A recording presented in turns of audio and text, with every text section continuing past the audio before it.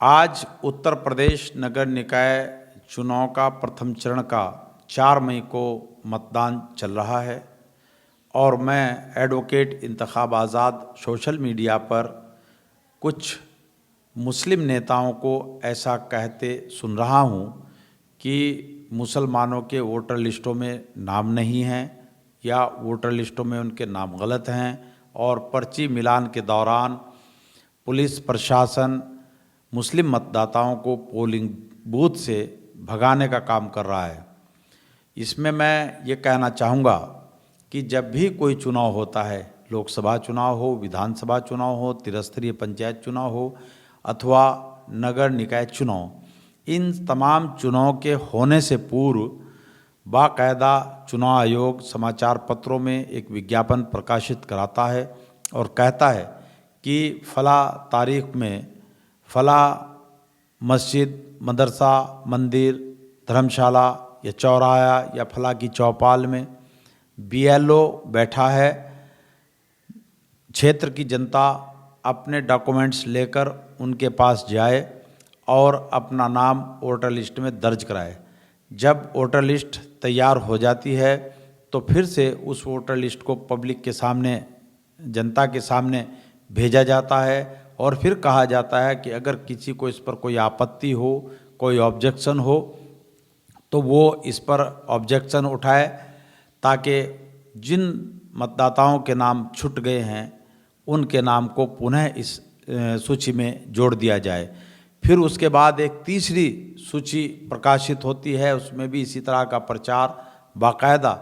ढोल बजवाकर, समाचार पत्रों में विज्ञापन देकर, सोशल मीडिया पर प्रचार प्रसार करके चुनाव आयोग और प्रशासन करता है। अब यदि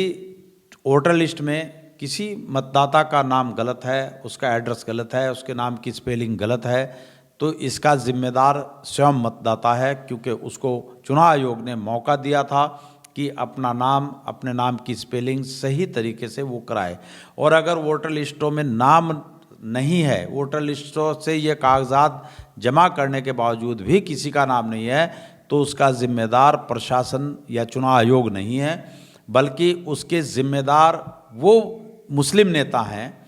जो मुसलमानों के नाम पर अपना आर्थिक राजनीतिक साम्राज्य खड़ा किए हुए हैं, जो मुसलमानों के वोट पर राजनीतिक दलों के साथ सौदेबाजी करते हैं, राजनीतिक दलों में जाकर ये दावे करते हैं कि साहब मेरे समाज का इतना वोट है, मेरे समाज का इतना है और मुझे टिकट दो, मैं जीत करके आऊँगा। ये जिम्मेदारी उन लोगों की है। लेकिन मुस्लिम समाज में जहाँ बड़ा तबका इलिटरेसी का शिकार है, शिक्षा का शिकार है, अपने अधिकारों के प्रति वो जागरूक नहीं है, जानकारी उसको नहीं है, वहीं मुस्लिम समाज में नेता भी नहीं है। ये जितने लोग आपको दिखाई देते हैं सोशल मीडिया पर या खादी का कुर्ता पजामा पहनकर मंचों पर भाषण देते हुए, ये सब बरसाती मेंढक है, मौका परस्त लोग हैं। ये चूँकि इनकी कोई आइडियोलॉजी नहीं है, कोई सोच नहीं है, किसी विचारधारा पर ये काम नहीं करते। इनका काम सिर्फ इतना है कि अपने मोहल्लों में जाकर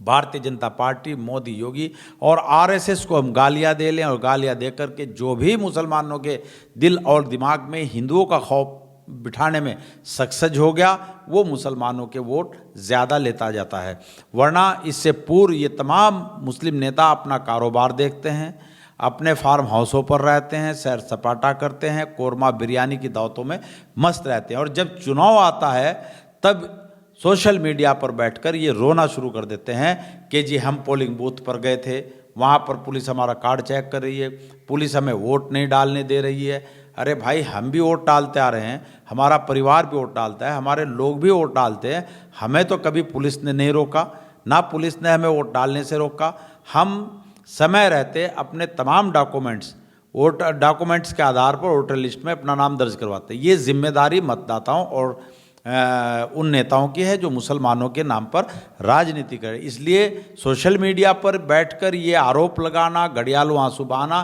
कि पुलिस प्रशासन निष्पक्ष रूप से काम नहीं कर रहा, भेदभाव कर रहा है, पक्षपात कर रहा है, सत्तारूढ़ दल के दबाव में है, ये कहकर ये कथित मुस्लिम नेता अपनी जिम्मेदारियों से नहीं भाग सकते।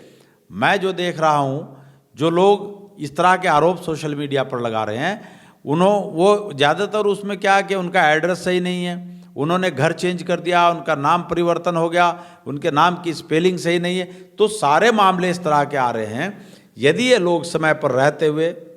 इन सब कामों को करें तो ज़्यादा बेहतर रहेगा। और रही बात पुलिस प्रशासन की, उस पर मनगढ़ंत आरोप लगाना, आरोप लगाकर सनसनी फैलाना, अपने मतदाताओं को, अपने लोगों को गुमराह करना, ये इन नेताओं की अच्छी बात नहीं है। जहाँ तक मैं जानता हूँ और देख रहा हूँ और मैं फील्ड में घूम करके आया हूँ, कहीं भी पुलिस प्रशासन ने सहारनपुर के किसी के साथ कोई ज़ोर ज़बरदस्ती नहीं की, किसी के साथ भेदभाव नहीं की। पुलिस के लोग बाहर खड़े हैं, मतदाता आ रहे हैं, उनका जो अंदर चेकिंग हो रही है, अगर उसका नाम सही है तो वोट डालने के लिए इसको अंदर भेजा जा रहा है, और अगर उसके पास नाम गलत है, पर्ची नहीं है या वोटर लिस्ट गलत तरीके की है तो उसको वहाँ से वापस भेजा जा रहा है। कुल मिलाकर ये कहा जा सकता है कि अपने निठल्ले और निकम्मेपन का ठीकरा पुलिस प्रशासन के सर फोड़कर उस पर आरोप लगाकर मुस्लिम नेता और मुसलमानों के नाम पर सियासत करने वाले लोग अपनी जिम्मेदारी से नहीं भाग सकते, नहीं बच सकते। और मैं ये कह सकता हूँ कि स्थानीय पुलिस प्रशासन और चुनाव आयोग निष्पक्ष रूप से मतदान संपन्न कराने में लगा है। साथियों, आपने मेरी बात को ध्यानपूर्वक सुना, उसके लिए आपका बहुत बहुत धन्यवाद। जय संविधान, जय भारत, खुदा हाफिज़।